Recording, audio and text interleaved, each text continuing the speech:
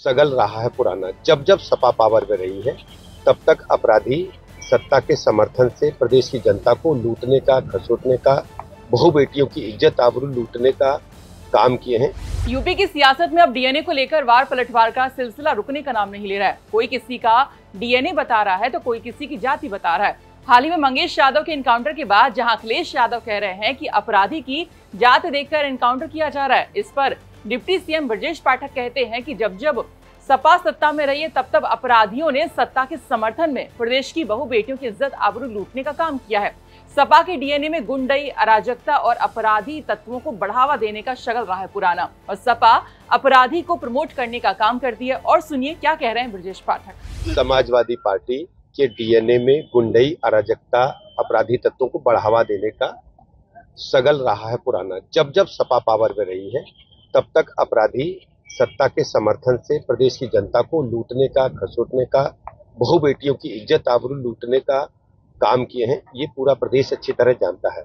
और समाजवादी पार्टी अपराधियों को प्रमोट करने का काम करती है, और हमारी सरकार की ये प्रतिबद्धता है कि हम अपराध पर जीरो टॉलरेंस की नीति अपनाएंगे। हर स्थिति में हम प्रदेश से अपराधियों का सफाया करेंगे। अब ब्रजेश पाठक ऐसा क्यों कह रहे हैं? दरअसल अखिलेश यादव ने मंगेश यादव एनकाउंटर मामले में ट्वीट कर कहा था कि अपराधी की जाति देखकर एनकाउंटर किया गया।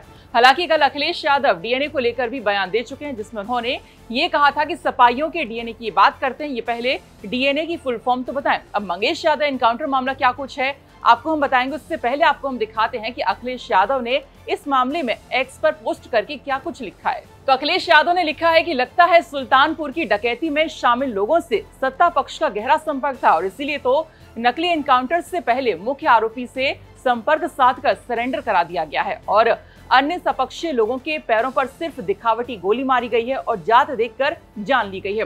जब मुख्य आरोपी ने सरेंडर कर दिया है तो लूट का सारा माल भी पूरा वापस होना चाहिए और सरकार को मुआवजा अलग से देना चाहिए, क्योंकि ऐसी घटनाओं का जो मानसिक आघात होता है उससे उबरने में बहुत समय लगता है, जिससे व्यापार की हानि होती है और जिसकी क्षतिपूर्ति सरकार करे।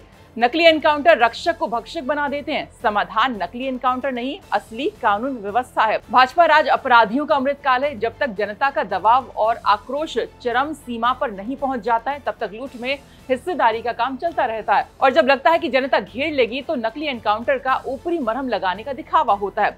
जनता सब समझती है कि कैसे कुछ लोगों को बचाया जाता है और कैसे लोगों को फंसाया जाता है। घोर निंदनीय।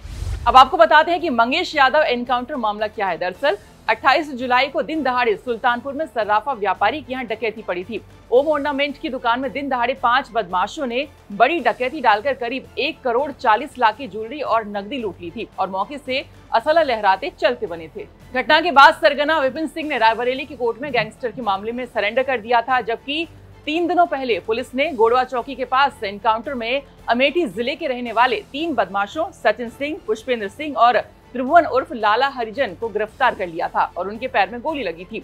जबकि आज सुबह के एनकाउंटर में मंगेश यादव और उसके साथी के साथ पुलिस ने मुठभेड़ का दावा किया, जिसमें मंगेश का साथी तो फरार हो गया लेकिन मंगेश को गोली लग गई, जिसे घायल हालत में हॉस्पिटल ले गए, जहां डॉक्टरों ने उसे डेड क्लियर कर दिया। वहीं उसका साथी फरार हो गया है। मंगेश यादव पर 1 लाख का इनाम था। अखिलेश यादव इसी पर सवाल उठाए हैं कि गैंग का सरगना सरेंडर करता है, 2 एनकाउंटर होते हैं और उसमें सिर्फ मंगेश यादव मारा जाता है। चुनाव में अधिकारियों को जात के नाम पर हटाते हो, धर्म के नाम पर हटाते हो। वो लोग जात के नाम पे झूठे मुकदमे भी तो लगाते हैं। जो लोग जात और धर्म के नाम पर अधिकारी हटा रहे हैं, सोचो, वो लोग झूठे मुकदमे भी तो जात और धर्म देख करके लगा रहे हैं। तो फिलहाल इस वीडियो में इतना ही। बाकी खबरों के लिए आप देखते रहिए यूपी तक। नमस्कार।